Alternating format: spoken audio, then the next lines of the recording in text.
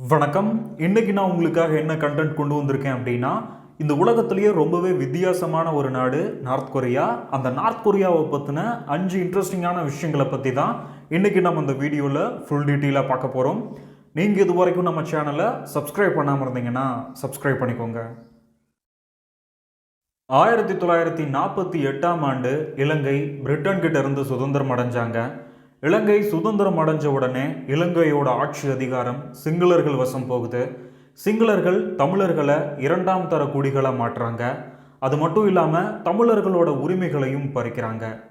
உடனே தமிழர்கள் அவங்களோட உரிமைக்காக அமைதி வழியில் போராட ஆரம்பிச்சாங்க. அப்படி அமைதி வழியில் போராடின தமிழர்கள் மேலே சிங்களர்கள் வன்முறைகளை கட்டவிழ்த்து விட ஆரம்பிச்சாங்க. ஏண்டா அடிக்கிறேன்னு கேள்வி கேட்டால் துப்பாக்கியை வச்சு சுட ஆரம்பிச்சாங்க. தமிழர்களை அவமானப்படுத்தணும் அசிங்கப்படுத்தணும் அப்படின்னா அவள் வீட்டு பெண்கள் மேலே கை வைக்கணுங்கிறத புரிஞ்சுக்கிட்ட சிங்களர்கள் தமிழ் பெண்கள் மேலே பாலியல் வன்முறைகளை கட்டவிழ்த்து விட்டாங்க. தமிழர்களோட இந்த இக்கட்டான கால சூழலில் அங்கே ஒரு தலைவர் உருவாக்குறாரு, மேதகு வேலுப்பிள்ளை பிரபாகரன் அவர்கள். சிங்களர்கள் எந்த ஆயுதத்தை வச்சு தமிழர்களை அழிக்க நினைச்சாங்களோ அதே ஆயுதத்தை எடுத்து தமிழ் மக்களை பாதுகாக்கணும்னு பிரபாகரன் அவர்கள் முடிவெடுத்தாரு. இதுக்காக விடுதலை புலிகள் அப்படிங்கிற ஒரு இயக்கத்தை ஸ்டார்ட் பண்ணி இலங்கை சிங்கள இராணுவத்துக்கு எதிராக போராடவும் ஆரம்பித்தார். கிட்டத்தட்ட தனித்தமிழ் ஈழம்ங்கிற ஒரு நாட்டையே தலைவர் பிரபாகரன் அவர்கள் கட்டமைச்சிருந்தார். சிங்களர்களுக்கு ஒரு விஷயம் நல்லா புரிஞ்சுது, தமிழர்களை நேரடியாக மோதி அவங்கள எப்பயுமே ஜெயிக்க முடியாது அப்படிங்கிறதுக்காக உலக அரங்கில் இருந்த மிகப்பெரிய வல்லரசுகளோட உதவியை நாட போனாங்க. 2009 இறுதி போரில் கிட்டத்தட்ட 21 நாடுகள் இலங்கைக்கு ஆதரவாக போரிட்டாங்க. இதில் எனக்கு புரியாத விஷயம் என்ன அப்படின்னா, இந்தியாவுக்கும் பாகிஸ்தானுக்கும் ஆகாது, இந்தியாவுக்கும் சீனாவுக்கும் ஆகாது, சீனாவுக்கும் அமெரிக்காவுக்கும் ஆகாது, அமெரிக்காவுக்கும் ரஷ்யாவுக்கும் ஆகாது, ஈரானுக்கும் இஸ்ரேலுக்கும் ஆகாது. ஆனால் இந்த எல்லா நாடுகளும் ஒரே நேர்கோட்டில் இருந்தாங்க. இலங்கையில் தமிழர்களுக்குன்னு ஒரு தனி நாடு அமைஞ்சிடக்கூடாது அப்படிங்கிறதில்ல. 2009 இறுதி யுத்தத்தில் இந்த எல்லா நாடுகளும் இலங்கையில் தமிழர்களுக்குன்னு ஒரு தனி நாடு அமையக்கூடாது அப்படிங்கிறதுக்காக இலங்கைக்கு பெரிய அளவில் இராணுவ உதவிகளை கொடுத்து தமிழர்களை ஒட்டுமொத்தமாக அழிச்சு ஒழிச்சாங்க. ஒட்டுமொத்த உலக நாடுகளே தமிழர்களுக்கு எதிராக இருந்தப்ப தமிழர்களுக்கு ஆதரவாக இருந்த ஒரு நாடு தான் வடகொரியா. வடகொரியாவோட அப்போதைய ஆட்சி தலைவராக இருந்த கிம் ஜான் இல் அவர்கள் தமிழர்களோட விடுதலையை ஆதரித்தார். 1997ஆம் ஆண்டிலிருந்து 2009ஆம் ஆண்டு கடைசி தமிழன் ஆயுதத்தை மௌனிக்கிற வரைக்கும் விடுதலை புலிகளுக்கு வடகொரியா ஆயுத உதவிகளை வழங்கி வந்திருந்தாங்க. கிம் ஜான் இல் அவர்கள் தமிழர்களோட விடுதலை போராட்டத்துக்காக பெரிய அளவில் உலக அரங்கில் குரல் கொடுத்திருந்தாரு. ஆனால் உலக அரங்கில் மிகப்பெரிய அளவில் தனிமைப்படுத்தப்பட்டிருந்த வடகொரியாவோட குரல் ஓங்கி ஒலிக்கலை. தமிழர்களோட இக்கட்டான காலகட்டத்தில் நமக்கு உறுதுணையாக இருந்த வடகொரியாவுக்கு இந்த உலகத்தில் இருக்கிற ஒவ்வொரு தமிழனும் கொஞ்சமாவது நன்றி உணர்வோடு இருக்கணும். வடகொரியா எவ்வளவு சின்ன நாடுன்னு உங்களுக்கு தெரியுமா? நம்ம தமிழ்நாட்டை விட ஒரு குட்டியான ஒரு நாடு தான் வடகொரியா. நம்ம தமிழ்நாட்டோட மக்கள் தொகை கிட்டத்தட்ட 8.5 கோடி. ஆனால் வடகொரியாவோட மக்கள் தொகை வெறும் 2.5 கோடி. நம்ம தமிழ்நாட்டோட எக்கானமியோடு நீங்கள் கம்பேர் பண்ணிங்கன்னா வடகொரியாவோட பொருளாதாரம் அவ்வளோ பெருசாகவும் இல்லை. கடுகு சிறுத்தாலும் காரம் குறையாதுன்னு சொல்லுவாங்கல்ல, அந்த மாதிரி நம்ம தமிழ்நாட்டை விட ஒரு சின்ன நாடாக இருந்தாலும் வடகொரியாவால் ஒரு 3ஆம் உலக போரையே உருவாக்க முடியும். இப்போ இந்தியா எவ்வளோ பெரிய நாடு, எவ்வளோ பெரிய இராணுவத்தை வச்சுருக்காங்க.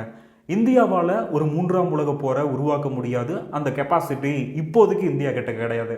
இப்போ இந்தியா அதிகபட்சமாக பாகிஸ்தான் கூட போருக்கு போகலாம், அப்படி இல்லைன்னா சீனாவோட போருக்கு போகலாம். இது எல்லாமே ஒரு ரீஜனல் வாராக முடிஞ்சிடும். ஆனால் வடகொரியா அப்படி கிடையாதுங்க. வடகொரியாவோட முக்கியமான இராணுவ கூட்டாளி யாருன்னு பாருங்கள். ஒன்று சீனா, இன்னொன்று ரஷ்யா. வடகொரியாவோட ஆப்போனண்ட் யாருன்னு பார்த்தீங்கன்னா சவுத் கொரியா, அமெரிக்கா, ஜப்பான், இந்த நாடுகள் இருக்காங்க. வடகொரியா மேலே ஏதாவது ஒரு நாடு தாக்குதல் நடத்தினாலோ இல்லை வடகொரியா சவுத் கொரியா மேலே தாக்குதல் நடத்தினாலோ இது 3ஆம் உலக போராக போய் முடிஞ்சிடும். ஒரு குட்டி நாட்டுக்கு 3ஆம் உலக போரையே உருவாக்கக்கூடிய அளவுக்கு கெப்பாசிட்டி இருக்குது அப்படின்னா வடகொரியாவோட பவர் எந்த அளவுக்கு இருக்குது அப்படிங்கிறத நீங்களே யோசிச்சு பாருங்கள்.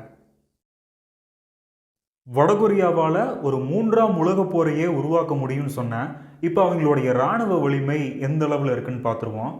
வடகொரியா கிட்ட அணு ஆயுதம் இருக்குது, ஹைட்ரஜன் குண்டுகள் இருக்குது, ரஷ்யா அமெரிக்காவுக்கு அடுத்தபடியாக இந்த உலகத்திலேயே அதிகப்படியான உயிரியல் ஆயுதங்களையும் ரசாயன ஆயுதங்களையும் கையிருப்பில் வச்சிருக்கக்கூடிய ஒரு நாடு தான் வடகொரியா. இப்போ நம்ம இந்தியாவோட கம்பேர் பண்ணி பார்த்தோம் அப்படின்னா இந்தியா கிட்ட வடகொரியாவை விட அதிகப்படியான அணு ஆயுதங்கள் இருக்குது, படைபலமும் பெருசாக இருக்குது. ஆனால் இந்தியாவோட மிசைல் கேப்பபிலிட்டி 8000 கிலோமீட்டர் தான். இந்தியாவோட அக்னி 5 மிசைலை பயன்படுத்தி இந்தியாவால் யூரோப், ஏஷியா, அடுத்தது வந்துட்டு பார்த்தீங்க அப்படின்னா ஆப்பிரிக்க கண்டத்தில் ஒரு சில நாடுகளை மட்டும்தான் இந்தியாவால் அழிக்க முடியும். ஆனால் வடகொரியா அப்படி கிடையாதுங்க. வடகொரியா கிட்ட ஹுவாசங் 18 ரக பாலிஸ்டிக் மிசைல்ஸ் இருக்குது. இந்த மிசைல்ஸோட ரேஞ்ச் 15000 கிலோமீட்டர். இந்த மிசைலில் அணு ஆயுதங்கள், ஹைட்ரஜன் குண்டு, உயிரியல் ஆயுதம், ரசாயன ஆயுதம்னு எதை வேணும்னாலும் இந்த மிசைலால் சுமந்து செல்ல முடியும். இந்த மிசைலோட ரேஞ்ச் 15000 கிலோமீட்டர். இந்த மிசைலால் இந்த உலகத்தில் இருக்கிற எந்த ஒரு நாட்டையும் துல்லியமாக தாக்கி அழிக்க முடியும். அதனால தான் அமெரிக்கா ஈரான் மாதிரியான ஒரு பெரிய நாட்டை தாக்குறதுக்கு யோசிக்கிறதே கிடையாது. இதனால தான் அமெரிக்கா வடகொரியாவை கண்டு பெரிய அளவில் பயப்படுறாங்க. இவ்வளோ பவர்ஃபுல்லாக இருக்கிற நார்த் கொரியாவை கிம் ஃபேமிலி தான் கடந்த 78 வருஷங்களாக கண்ட்ரோலில் வச்சுருக்காங்க. உலகத்தில் மற்ற நாடுகளில் எலெக்ஷன் நடக்கிற மாதிரி நார்த் கொரியாலேயும் நடக்குதுங்க. இப்போ நம்ம நாட்டை எடுத்துகிட்டோன்னு வச்சுக்கோங்களேன். நம்ம நாட்டில் பல கட்சி ஆட்சி முறை இருக்குது. இப்போ உதாரணத்துக்கு தமிழ்நாட்டில் எலெக்ஷன் நடக்குது. டிஎம்கே, ஏடிஎம்கே, டிவிகே, நாம் தமிழர்னு 4 முனை போட்டி இருக்குது. இந்த 4 கட்சியில் மக்கள் ஏதாவது ஒரு கட்சியை செலக்ட் பண்ணுவாங்க, அவங்க ஆட்சி அமைப்பாங்க. இப்போ அமெரிக்கா எடுத்துட்டோம் அப்படின்னா இருகட்சி ஆட்சி முறை. டெமோக்ராட்டிக், ரிப்பப்ளிக்னு 2 கட்சி இருக்குது.